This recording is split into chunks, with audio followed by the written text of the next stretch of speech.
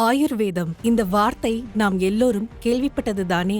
ஆயிரக்கணக்கான வருடங்களாக இந்திய பாரம்பரியத்தின் ஒரு பொக்கிஷமாக இருந்து வருகிறது. ஆனா ஆயுர்வேதம் வெறும் மூலிகை மருந்துகள் மட்டுமில்லை, இது ஒரு முழுமையான வாழ்க்கை அறிவியல். அதுக்குள்ளேயே ஒரு ரொம்ப ஸ்பெஷலான, அதே சமயம் ரொம்ப பவர்ஃபுல்லான ஒரு பிரிவு இருக்கு. அதுதான் ரசசாஸ்திரம். இது என்ன, எப்படி வேலை செய்கிறது, இன்றைய உலகில் இதன் முக்கியத்துவம் என்ன? ஆரம்பிப்போம். ரசசாஸ்திரம் என்றால் என்ன?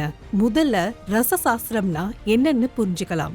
ரசம்னா சமஸ்கிருதத்துல பாதரசம், மெர்க்குரின்னு அர்த்தம் வரும். அதே சமயம் வாழ்க்கையின் சாராம்சம், அமிர்தம்னு கூட அர்த்தம் உண்டு. சாஸ்திரம்னா அறிவியல். அப்படின்னா ரசசாஸ்திரம் வாழ்க்கையின் சாராம்சத்தை பற்றிய அறிவியல். இங்கதான் விஷயம் இன்னும் சுவாரஸ்யமா மாறுது. தங்கம், வெள்ளி, இரும்பு, செம்பு மாதிரி உலோகங்கள், வைரம், முத்து, பவளம் மாதிரி ரத்தினங்கள், கந்தகம், அப்ரகம் மாதிரி தாதுக்கள், மெட்டல்ஸை மருந்தா சாப்பிட்றதான்னு உங்களுக்கு தோணலாமே. ஆனா இதெல்லாம் நேரடியாக இல்லை.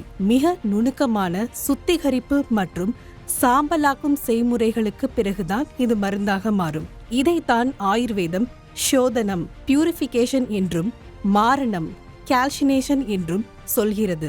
இந்த செயல்முறைக்கு பிறகு அந்த கடினமான உலோகங்கள் கூட ரொம்ப நைஸான பவுடராக, பஸ்மமா மாறிடும். இன்றைய ஆராய்ச்சிகள் என்ன சொல்றதுன்னா, இந்த பஸ்மங்கள் நானோ துகள்கள் அளவுல இருக்கலாம். அதனால தான் இது செல்கள் மட்டத்துல வேகமா செயல்படும்னு நம்பப்படுகிறது. மிக குறைந்த அளவிலேயே ரொம்ப பவர்ஃபுல்லா வேலை செய்யும்னு பாரம்பரிய நூல்கள் சொல்லுது.